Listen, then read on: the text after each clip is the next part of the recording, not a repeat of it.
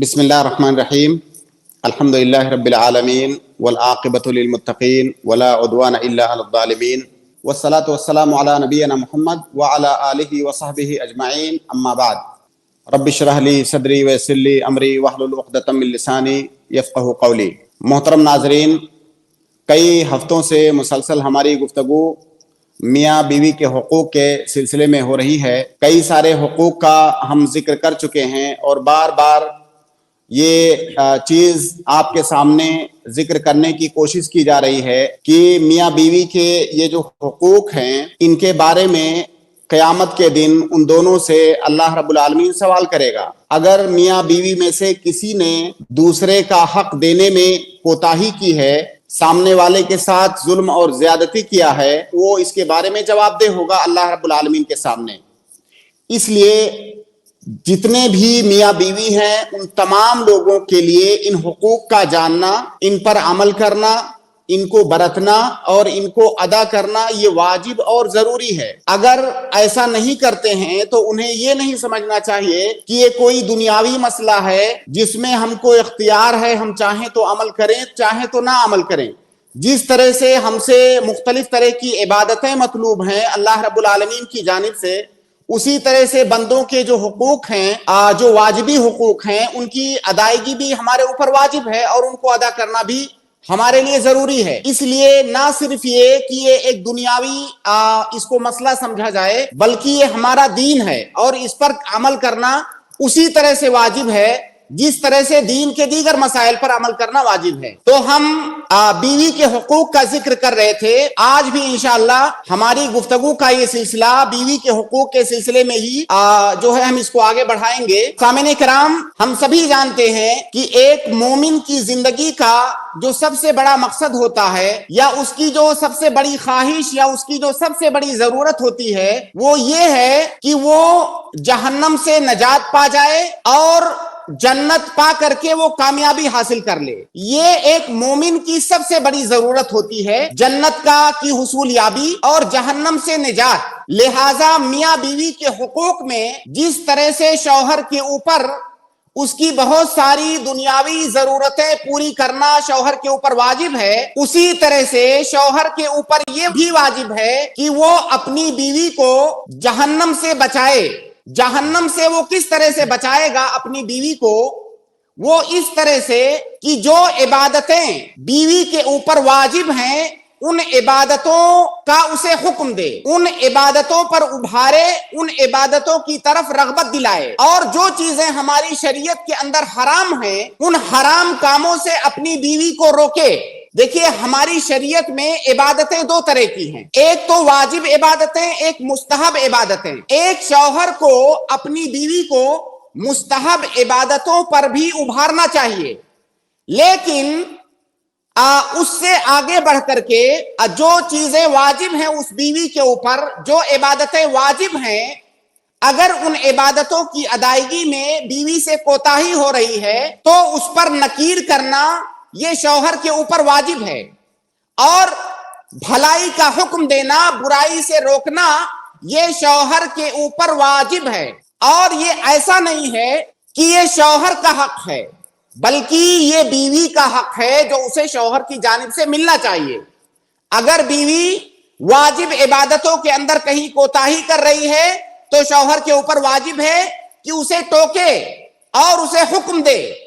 اگر اس سے کسی حرام کام کا ارتکاب ہو رہا ہے تو شوہر کے اوپر واجب ہے کہ اس کو روکے اور اس حرام کام سے بچائے، کیونکہ جب ایک شوہر کے اوپر بیوی کا نان و نفقہ دینا واجب ہے جس کا تعلق دنیاوی امور سے ہے، تو ایک شوہر کے اوپر یہ کیسے نہیں واجب ہوگا کہ اپنی بیوی کو وہ جہنم کی آگ سے بچائے اور اپنی بیوی کو ان کاموں کی طرف لے جائے جو جنت میں دخول کا سبب بننے والے ہیں۔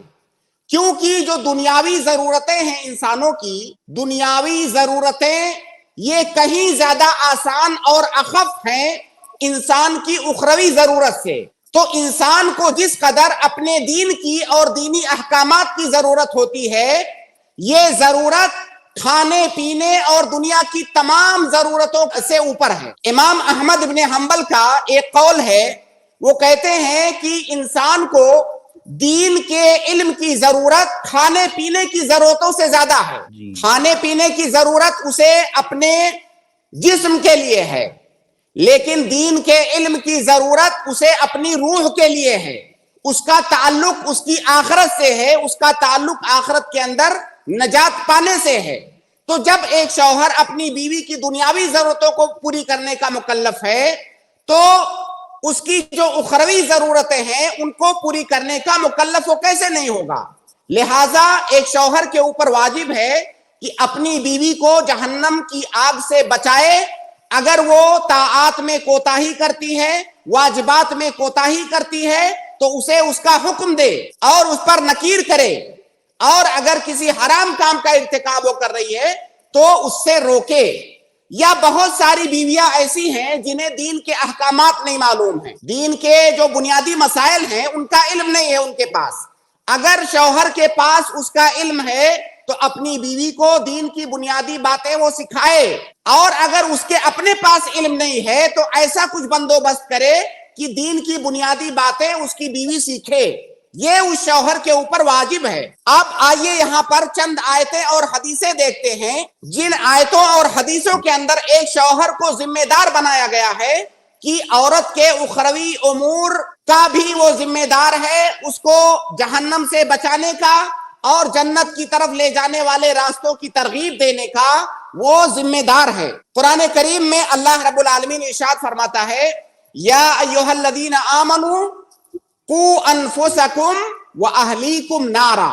اللہ رب العالمین نے کہا ایمان والو اپنے آپ کو اور اپنے اہل و عیال کو جہنم سے بچاؤ.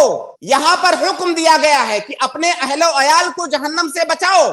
اگر آپ کے اہل و عیال، آپ کی بیوی، آپ کے بچے اگر ایسے کاموں میں ملوث ہیں جو جہنم میں جانے کا باعث ہے تو آپ کے اوپر واجب ہے کہ انہیں روکیں تاکہ انہیں آپ جہنم سے بچا سکیں. اسی طرح سے قرآن کریم کی آیت ہے، اللہ رب العالمین نے نبی صلی اللہ علیہ وسلم کو مخاطب کر کے فرمایا، وَأْمُرْ أَهْلَكَ بِالصَّلَاةِ وَاسْتَبِرْ عَلَيْهَا. اپنے اہل کو، اور اہل میں بدرجہ اولا بیوی داخل ہے، اپنے اہل کو نماز کا حکم دو، وَاسْتَبِرْ عَلَيْهَا، اور اس پر صبر کرو، اس پر ڈٹے رہو. اگر آپ کو کوئی پریشانی اور تکلیف ہوتی ہے، اس کام میں مشقت اٹھانی پڑتی ہے، تب بھی اس پر ڈٹے رہو، اور اپنی بیوی کو، اپنے بچوں کو، اپنے اہل و عیال کو نماز کا حکم دو. اور یہ کوئی استحبابی امر نہیں ہے، یہ وجوبی امر ہے. تو ایک شوہر کے اوپر واجب ہے کہ اپنی بیوی کو وہ حکم دے واجبات کی ادائیگی کا. اسی طرح سے قرآن کریم کی آیت ہے، وَأَنذِرْ عَشِيرَتَكَ الْأَقْرَبِينَ. آپ سب سے پہلے کس کو ڈرائیں گے؟ سب سے پہلے دین کی طرف کس کو بلائیں گے؟ آپ کے جو قریبی لوگ ہیں سب سے پہلے آپ ان کو دین کی طرف بلائیں گے. دوسروں میں دین کی دعوت کرنے سے پہلے آپ اپنے گھر کو دیکھیے، اپنے آپ کو دیکھیے. سب سے پہلے دین کے احکامات ان تک پہنچائیے. یہ حکم اللہ رب العالمین نے اللہ کے نبی صلی اللہ علیہ وسلم کو دیا، اور یہ حکم ہم تمام لوگوں کے لیے بھی ہے.